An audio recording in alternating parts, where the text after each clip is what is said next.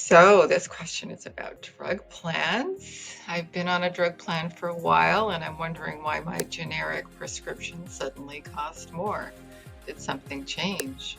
Heck yeah, January 1st this year changed, which really, if you didn't make a drug plan change or you didn't do an analysis in the algorithm to see how much your medications would be costing you, everything changed. The plans went up in price, some of them went down lower. Most of them have a $590 deductible on all of the tiers. Um, there's a max out of pocket of $2,000 a year, which is, kind of nice, and there's no longer a donut hole. So, yeah, if you had the same drug plan, yes, the structure of it is very, very different. You've got this big deductible, $590, which you've got to pay for your generics through, unless you're paying $115 or more for a policy in California. I'm sort of using a generalization here, but this is the way they've clustered. No deductible at the cheap end or at the expensive end. So if it's over $100, typically there's no deductible. Under $100, typically there's a $590 deductible, generally speaking.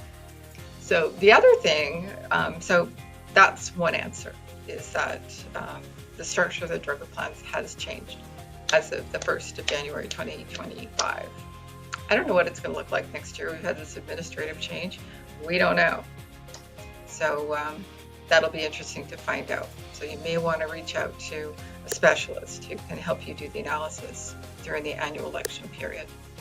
So the other thing that's kind of tricky, and I get people calling me up about this quite regularly, I like to use the case of Wellbutrin, which is, it's a very mild antidepressant. It's also used for L4 subluxation pain management, just as a receptor number for that area in the brain.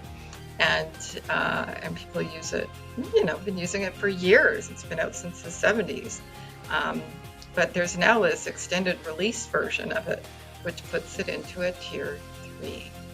And the doctors aren't telling patients when they switch them from their 300 milligram Wellbutrin to a 300 Wellbutrin XR, the extended release. That's a tier 3. That's a completely different animal.